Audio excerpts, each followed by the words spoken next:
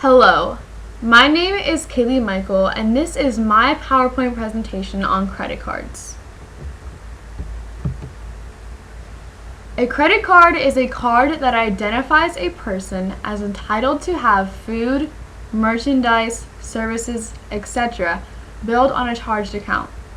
A charged account means that money is being given to you by a credit card company and you are not just pulling money out of your checking account.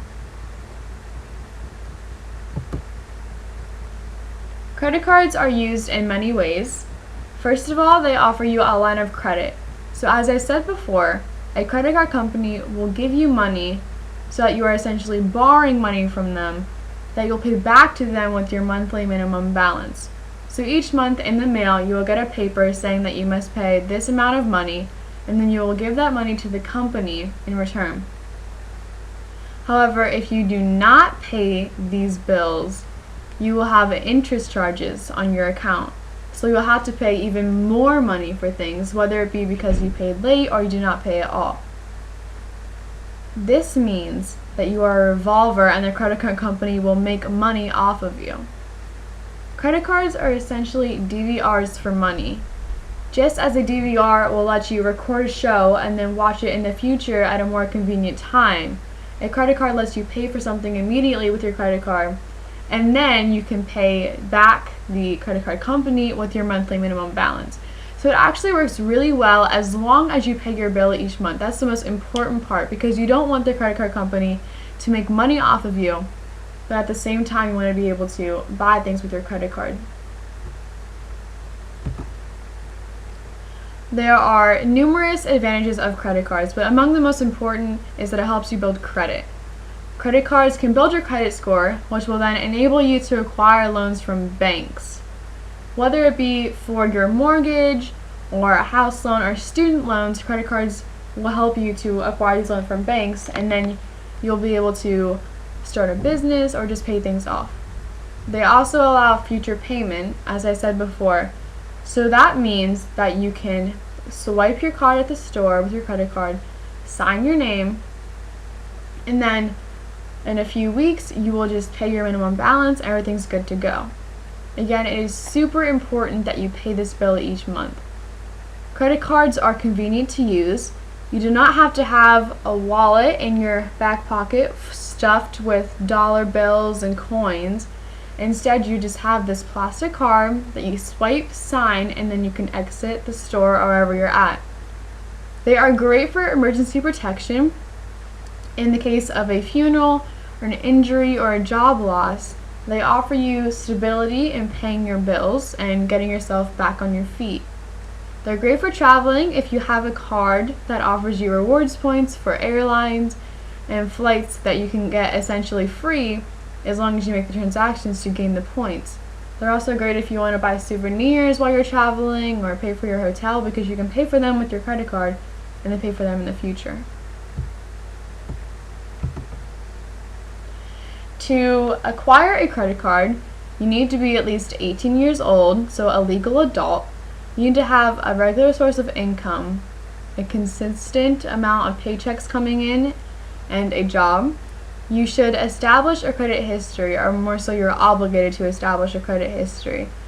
You can do this with a store-issued credit card or a secured credit card. Either one is fine, and they both help you to build a credit history. And among the most important is to read the fine print. The fine print may have things hidden in it that the credit card company doesn't want you to find, and so it's very important that you read it and understand the contract that you have with your credit card company. In the future, then, it will help you resolve conflicts easily because you will already know what you read when you signed the contract. And here is just a short video on the different types of credit cards, because we know there are so many different brands of credit cards.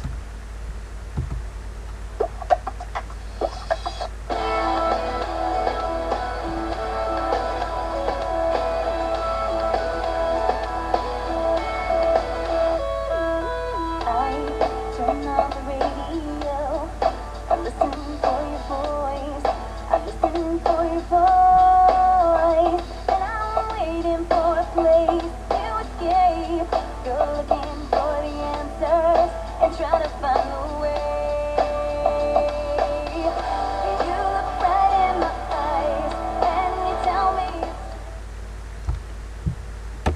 So that was just a short video on the different brands. There are many other brands to choose from, but the most important thing is that your credit card complies with the needs that you have and that it works for you.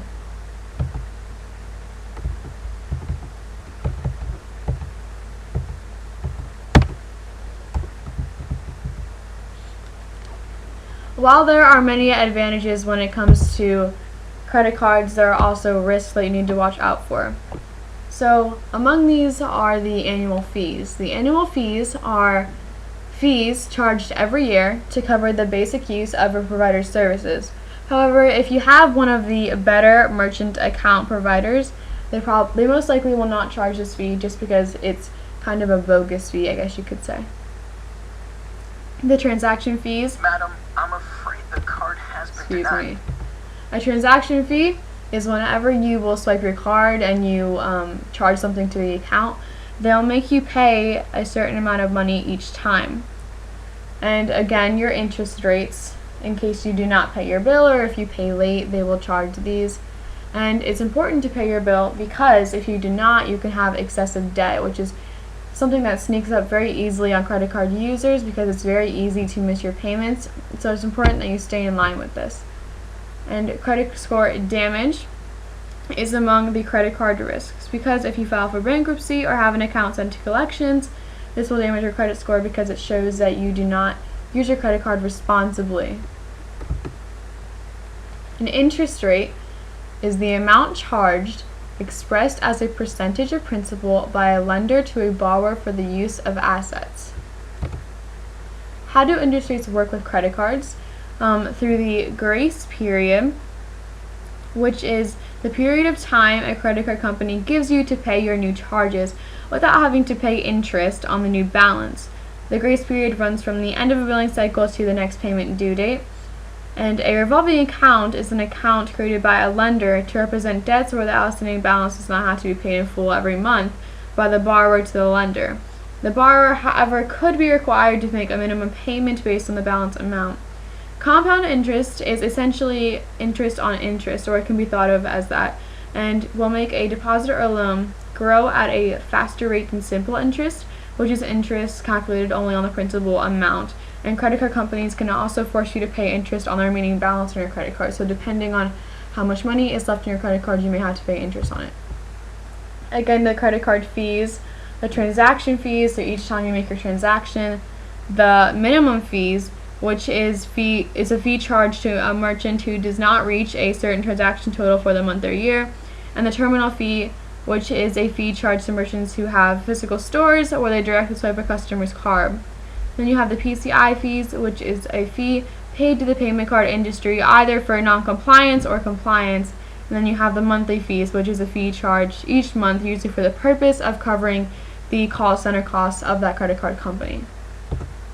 A credit score is a statistically derived numeric expression of a person's creditworthiness that is used by lenders to assess the likelihood that a person will repay his or her debts. This is through the utilization rate, which is the percentage of a consumer's available credit that he or she has used. If this is a high percentage, it could hurt your credit score. The number of open credit cards you have can also hurt your credit score if you have multiple lines of credit open. A high credit card balance and late credit card payment could hurt your credit score as well because it shows that you do not handle your credit card responsibly. You need to make sure you're using your credit card right. And a hard credit inquiry is when a financial institution checks your credit report when making a lending decision. Harder inquiries might lower your credit score by a few points and they may remain in your credit report for 2 years. So the most important things to consider when buying a credit, or not when buying a credit card, but when opening a credit card, is that you understand the agreement that you have and that you will make sure you pay your payments on time. And another great thing to do is pay more than your minimum monthly balance, because then you can pay off your credit card bills faster and you can avoid debt. And you need to make sure that you're choosing a card that offers what you want. So if you want to do traveling, then choose a card that offers traveling. If you want a card that offers money off of gas, then choose something like that. But I thank you for your time and have a great day.